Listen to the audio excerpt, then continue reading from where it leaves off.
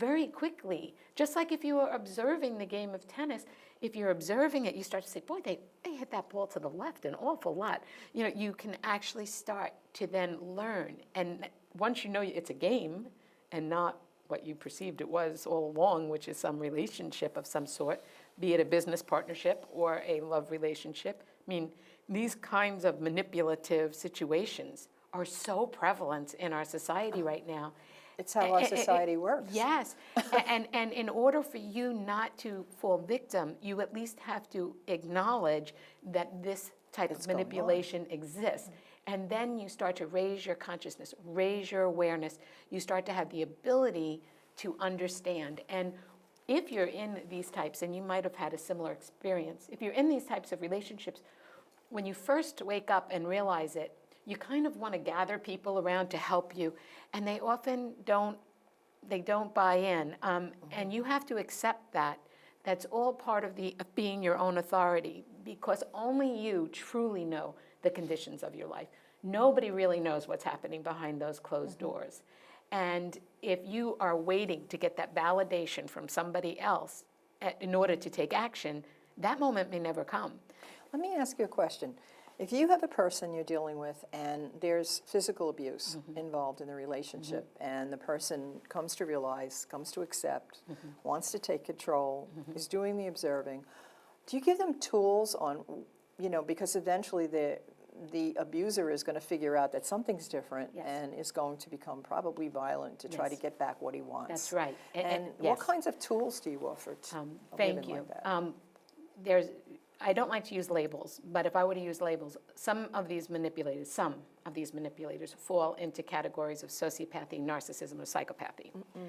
That's when you're getting into very dangerous situations. But most people think of those people as if they're, people you would recognize when you saw them, and that's not true. Characters in a book. Yes, they're not characters in a book. There's people living with them right now, and they don't even know it. The person who is falling victim excuses away their behavior and does not adopt that. So when you wake up, it's really very terrifying. Yes. To all of a sudden realize, oh my gosh, what do I do? Now, most of the people that I help are not physically being, battered. They're being manipulated and controlled, and that's what a sociopath is famous for: is manipulation and control. Watching where you're going, reading all your emails, getting information from your phone, and they're going to be dangerous at some level, depending upon the circumstances and who they are. So there are methodologies that you can use to try and temper that stuff so that you can get out safely. And so the tools have a lot to do with your own response patterns. For example, as people that have been in those kinds of environments, we tend to over-explain ourselves. So we're accustomed to being held accountable. This may seem like really silly advice, but you may say, well, it works. One thing is to start being more Columbo-like. Do you remember the show Columbo? Oh, yes. Yes. He wasn't very articulate, which most people who fall victim to these types of manipulations are very articulate, highly self-confident people. The more you say, the more information you give them. You're loading their gun. So you just say, oh, I don't really remember if I took care of that. You become much more vague. Now, that will make them off balance, but off balance is better than full-blown. And so violent. So while they're off balance, we're strategizing to get you out. So it's about finding, as I said, going through that change wall, finding new ways to be. Many times you're being manipulated out of your assets or out of your, there's so many potentials here. But in those instances, each situation is unique. I didn't mention this, but now would be a good time to mention it. My career was in financial services. So I have 30 years in financial services, and I started at the bottom of the company and I worked my way up. And so I have a lot of experience on financial assets, how to divide them, what the ownership means, how that's going to work, and that becomes very handy. That's why I feel I was born for this. It's like I've been in training my whole life. I mean, my whole life, to bring me to this moment where I believe I am uniquely prepared or uniquely qualified to help people, not just through the emotions of waking up and moving through these kinds of relationships, but also through the actual doing it.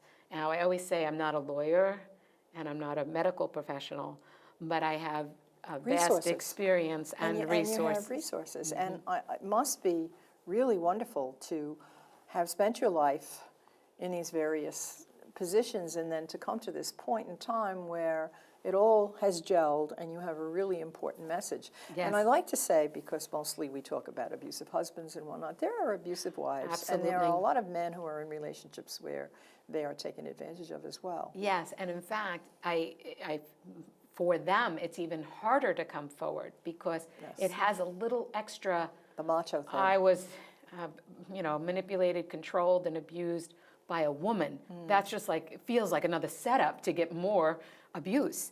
And so you're absolutely right, and I make that distinction that obviously being a woman, my situation was largely with men, but I do help men that are in this situation with women. And some of the testimonies on my book you'll see are from men, or on my webpage about the work that I do are from men.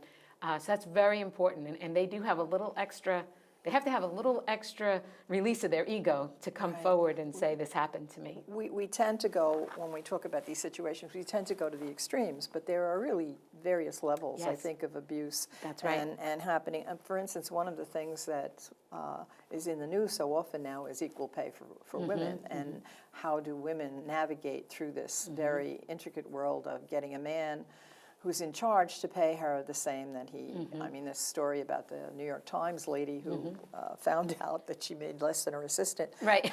It's pretty, unbelievable. I think you should talk Yeah, to that woman. yes. We have about a minute and a half left, so I would like you to really kind of sum up your message, and what advice would you give to your readers? Like, what's the first thing you want them to do? What's the best piece of advice you could give them? Thank you. And the point that you just made, which was very clarifying, is you don't have to think of what my book is about or what we're talking about as just all knocked down, dragged down things.